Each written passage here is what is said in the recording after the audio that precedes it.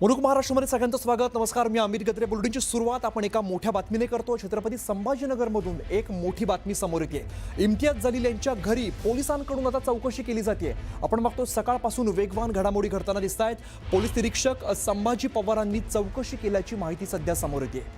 संभाजीनगर पोलिसांनी इम्तियाज जलील यांच्या घरी जात चौकशी केल्याची माहिती आहे। पोलीस निरीक्षक संभाजी पवारांनी जाऊन चर्चा केल्याची माहिती मिळते।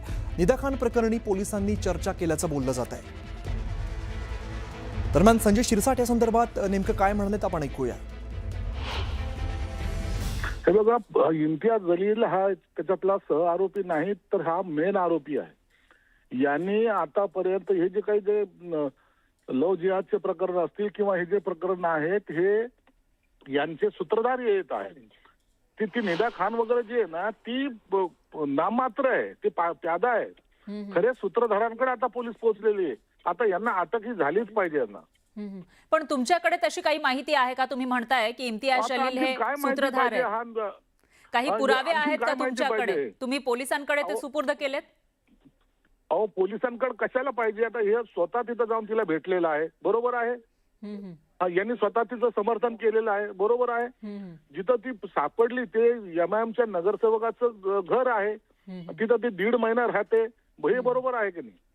मग याच्यापेक्षा पुरावे काय पाहिजेत? नाही, तुम्ही जे म्हणताय की राज्यभरातले जे लव जिहादचे प्रकरण आहेत किंवा इतर सुद्धा धर्मांतर प्रकरण आहेत त्याच्यामध्ये सूत्रधार हे इम्तियाज जलील आहे असं तुम्ही म्हणताय आणि कायदान न्यायालय हे पुरावे मागतं, तर तसे काही पुरावे तुमच्याकडे आहे का? माहिती आहे का? त्यांना कस्टडीत घ्याल ना तर सगळे पुरावे तुम्हाला मिळतील। आता हे पुरावे शोधणं पोलिसांचं काम आहे। आता हे उघड पुरावा हा त्यांना भेटलेला आहे। जिथं त्यांनी सहारा दिला, जिथं त्या 1.5 महिना राहिल्या, ती मुलगी, तिची आई, तिची मावशी, हे सर्व आपण पाहताय। आता हे तुमच्याच सर्वजण दाखवताय तुम्ही। नगरसेवकाला मार्फत लपून ठेवले जात आहे। मग आणखी काय पाहिजे? पण 1.5 महिना जर ते संभाजीनगर मध्ये होते तर तुमच्यापर्यंत याविषयीची माहिती पोहोचली नाही का?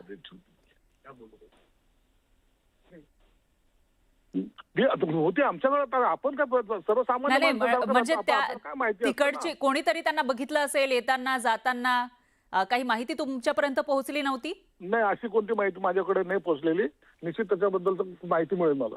आता पुढे तुमची काय मागणी आहे? कारण पोलीस दाखल झालेले आहेत, इम्तियाज जलील यांच्या घरी चौकशीसाठी ते आल्याचं कळतंय। तुमची आता या प्रकरणामध्ये काय मागणी आहे? आता त्यांना अटक झाली पाहिजे। पोलिसांनी तातडीने त्या यांना ताब्यात घेतलं पाहिजे, त्याची कस्टडी घेतली पाहिजे। तुमची भूमिका नेमकी काय असेल? तुम्ही सत्ताधारी पक्षाचे नेते आहात आणि विशेष म्हणजे तुम्ही त्या भागातून येता। त्यांच्यावर आता कारवाई करा हीच माझी मागणी असेल। यासाठी मार्फत चौकशी करा ही माझी मागणी असेल प्रामुख्याने। नाशिक धर्मांतर प्रकरणातील निदा खान आरोपीला काल छत्रपती संभाजीनगरमधून रात्री पोलिसांनी अटक केली। छत्रपती संभाजीनगर आणि नाशिक पोलिसांनी तिला छत्रपती संभाजीनगरमधून अटक केली। त्यानंतर छत्रपती संभाजीनगरमधील राजकीय वातावरण देखील आपल्याला तापलेलं पाहायला मिळते। ज्यावेळेस